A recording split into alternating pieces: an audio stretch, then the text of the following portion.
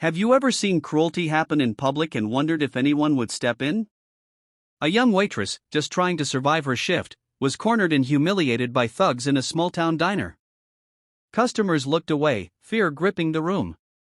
But no one expected the door to swing open moments later, bringing in a roar of leather, steel, and justice. What happened next turned fear into respect and left the whole town with a lesson they'd never forget.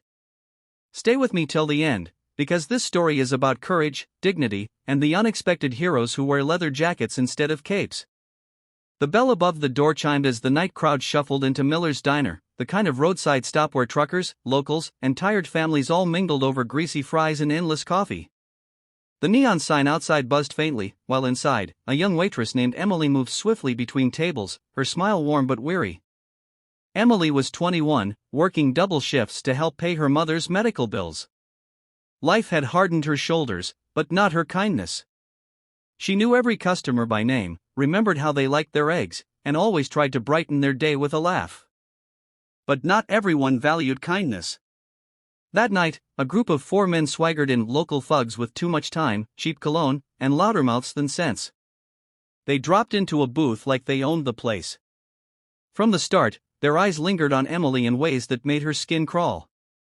"Hey sweetheart," one of them sneered as she poured coffee, "how about a smile for me instead of the old folks?" His buddies cackled. Emily tried to keep her voice steady. "Just doing my job, sir. Coffee's on the house tonight with the meal special." She turned to leave, but another thug grabbed her wrist lightly, not letting her move. "Come on, don't be shy," he said, eyes gleaming with mockery. "Sit with us a while. Bet you'd look better on my lap than carrying that tray." The diner went uncomfortably silent. Customers looked down at their plates, some whispering, others pretending not to hear. An older couple shook their heads but stayed seated. No one wanted to get involved.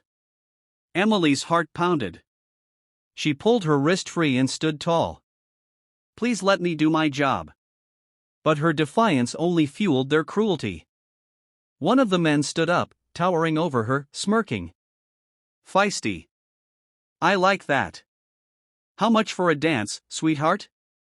Then, before anyone could react, he tugged at her apron, spilling her order tray to the floor. Plates shattered, coffee splashed across the tiles, and Emily stumbled back, her cheeks burning with humiliation. A gasp rippled through the diner. Still, no one moved. Emily's eyes stung with tears she refused to let fall. Her hands trembled as she bent to pick up the broken pieces, while the thugs laughed and slapped each other on the back. "Lighten up, doll," one mocked.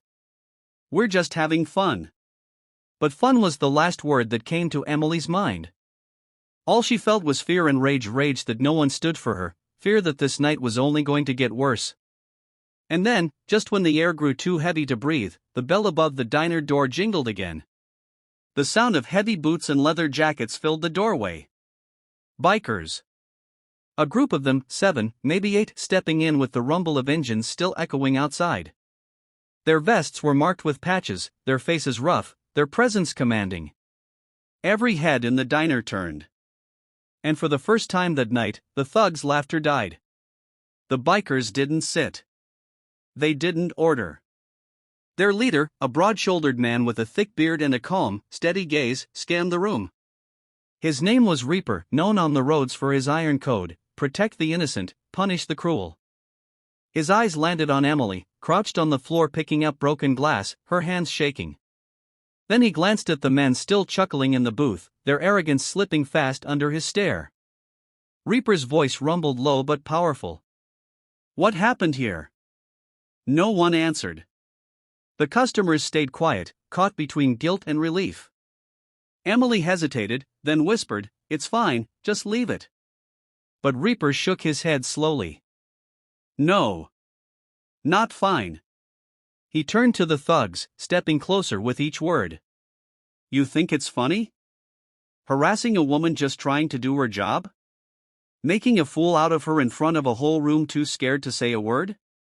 The tallest thug stood, puffing his chest. "Back off, old man. This ain't your business."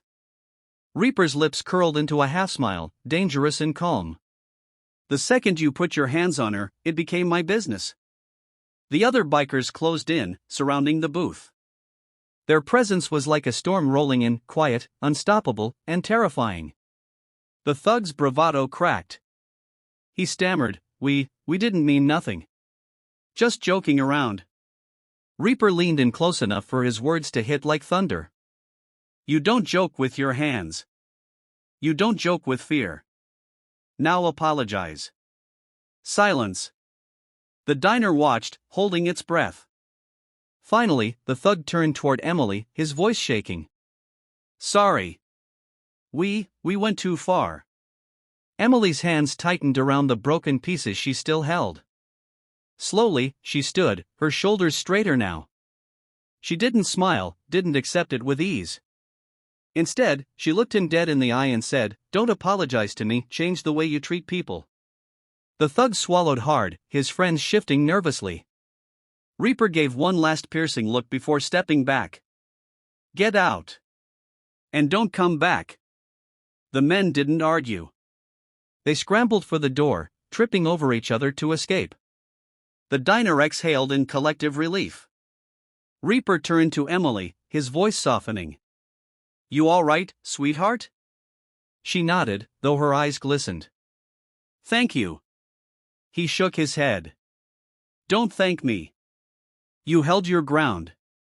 That took courage. All we did was remind them what respect looks like. The bikers sat finally, ordering coffee, their presence turning the diner from a place of fear into a place of safety. Emily served them with a trembling smile, her dignity restored. For the rest of the night, no one dared look down at their plates again.